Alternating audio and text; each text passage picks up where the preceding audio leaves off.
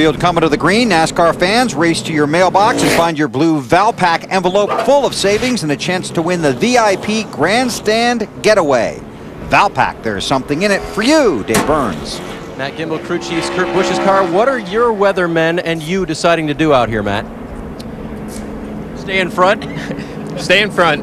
No, yeah, that's kind of our strategy right now. Let's just stay out front. The weather's been kind of spotty all day today, so hoping it stays green. And Penske truck window dives has been running really good today, so let's hope we can keep it up there.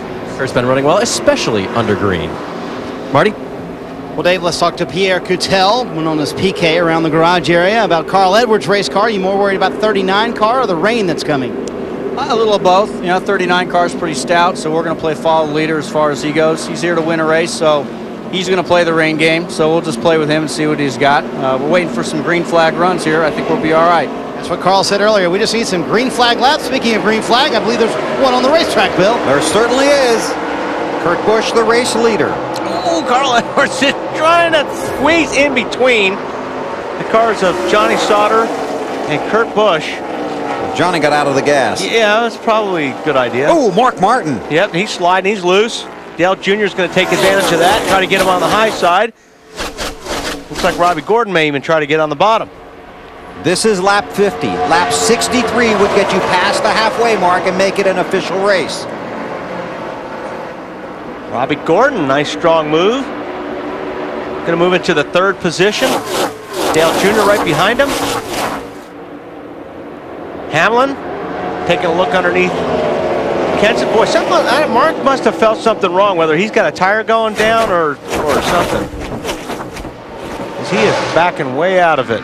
Denny Hamlin trying to hang on to those leaders, Allen. And Bill, he had lost a lot of ground when they made their pit stop back at lap 21. They had a lug nut fall off. He lost several positions. He's been trying to dig out of that hole ever since.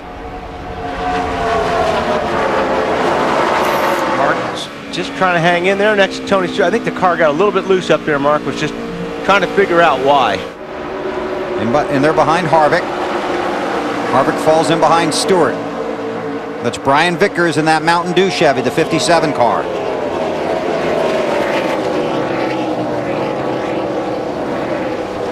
More on Mark Martin from Matt Yoakum. Bill, he has said absolutely nothing on the radio. Now remember, a few laps back he was saying that the car just quickly got loose. He thought he might have had a tire going down.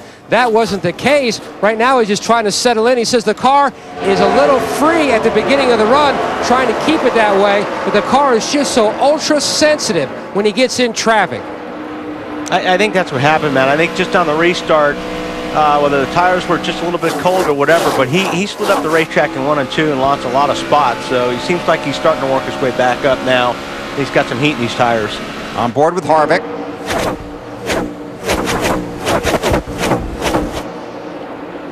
This is for the lead. Carl Edwards in the 60, thinking about going under Kurt Busch. Down the backstretch. Robbie Gordon watches this from third. Matt Kenseth in the 17, Hamlin in the 20. This is the 5th place battle. There's Earnhardt right in front of him, and then Robbie Gordon driving for Earnhardt. Edwards still trying to get around Kurt Busch, and now he's going to make it. Maybe. You really got to clear the car before you get to middle of 1 and 2 if you're going to be able to slide up in front of him. Didn't quite pull it off, but he still has a little bit of an advantage going down the straightaway, so maybe Kurt Busch will give him some room. Got it. Marty on the leader. Well, Bill, he tried everything. He tried the high line, he tried the middle, he tried the bottom. I don't think this pass is complete yet, but one thing Carl does believe is the longer they run, they're actually better than Busch, and that's an awfully close call coming off turn 4, isn't it, Wally? That's very close, and Kurt Busch is not giving it up. Edwards has not officially led a lap. He's going to try and lead this one. Yeah, now he's got to slide up. See, he had the shot there. He should have probably tried to slide up there a little bit earlier. Now Kurt Busch is going to have a pretty good run getting off of turn 2. Got the momentum. And we've seen many finishes here at Michigan just like this. Yeah. now he's got it. Let's see if Kurt Busch will drive underneath him and do the crossover. He's going to try. Trying to come back inside. No, but he's going to get him loose, maybe. All clear. Great job, bud. Edwards leads the lap.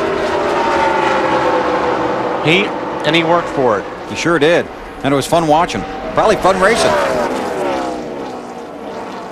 That's what he talked about being in this race. Obviously, we'd like to finish second in the championship standings.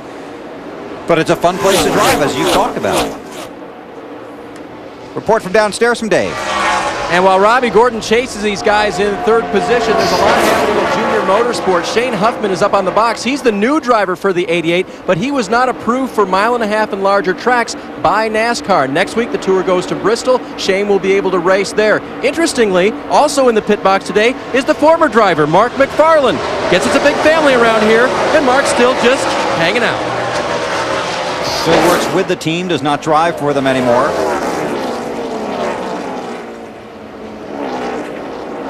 Robbie giving that car a good ride this afternoon here at Michigan.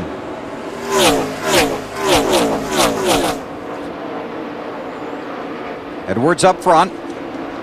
Busch in second, then it's Robbie. There's Junior in the 8 car.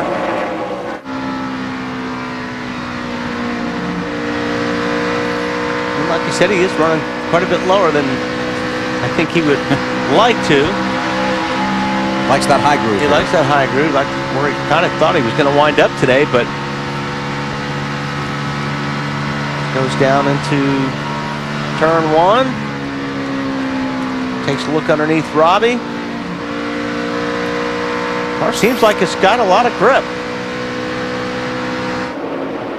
What is he saying, Marty? Well, he wants to run that high groove. He just can't make the car work up there. He waves to his, I guess his employee for the weekend, Robbie Gordon, in that 88 car behind him. He was able to pass him underneath. The car really works well in the middle for Junior. He was talking about the 39 and the 60, though, under the last caution. Said, man, those guys are fast. I have no idea how I'm going to catch them. I'm doing all I can do just to hang on to 4th back here.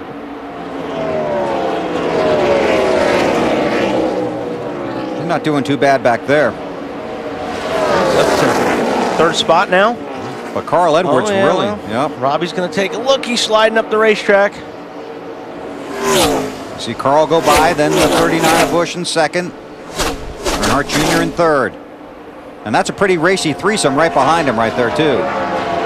Hamlin, Martin, Kenseth. Looking to the inside of Robbie. And Mark looking at the inside of Denny Hamlin. Mark's got a really good car. I just think he lost so much track position and spots there after that deal on the restart. And even as wide as this place is, you get back there in traffic and your car is just not as good as when you're running out front. Thinking about making it 3 wide back there. Felt like a lot of these guys were saying, you know, you've got to go where everybody else isn't, and hopefully your car works there. Problem is, a lot of those guys take up a lot of the racetrack in front of you. A lot of mirror driving here? No, not too much, because just like I said, there's enough racetrack here. Mirror driving doesn't really accomplish too much. Carl Edwards by 2 seconds over Kurt Busch. The speed's at the line. And Kurt Busch seems like he may have lost a little bit of the handling on that car. Got Junior working on him right now. For second place, Dale Earnhardt Jr. and Kurt Busch. More from Dave. And unfortunately, Bill, not much more. Kurt hasn't said anything on the radio, has not complained at all about the handling of that race car. He's just been getting the position of the cars around him, and unfortunately now, it's 8 car in front of you. Junior pulls off the pass. Now, well, either all these other guys got better, I'm not sure, but obviously Kurt's not as fast as he was first part of this race. Marty, weren't you talking about how Junior was trying to figure out how to catch those fast guys? Exactly. I think he found the way, Bill, you know. But he wanted to get the pass done in turns 3 and 4 instead of 1 and 2. He's a little bit tight coming off of turns 1 and 2. And, you know, Junior wants to run more of these Busch Series races. He's learning these races. He's helping himself in the Cup program. So he's asked Budweiser, can I do more of this next year? They said sure. So he's going to run probably 7 Busch Series races next year and would love to do it for his own race team. He has filed that request with DEI, saying, you know, I'd love to run my own race cars in these Busch Series races, and he thinks he's going to be able to make it happen. And every track operator right now saying, run my race, run my race. Stacy Compton in the 59 car, involved in an earlier crash, returned to the track, but got hit with a speeding ticket exiting pit road. He has currently scored 42nd, 37 laps down. Carl Edwards stretching it out. A little under 3-second lead over Dale Earnhardt Jr. But Jr. coming, trying to catch that 60 car. Carl Edwards got his first NASCAR Nextel Cup Series start here at Michigan. Had a lot of success here trying to go to victory lane today.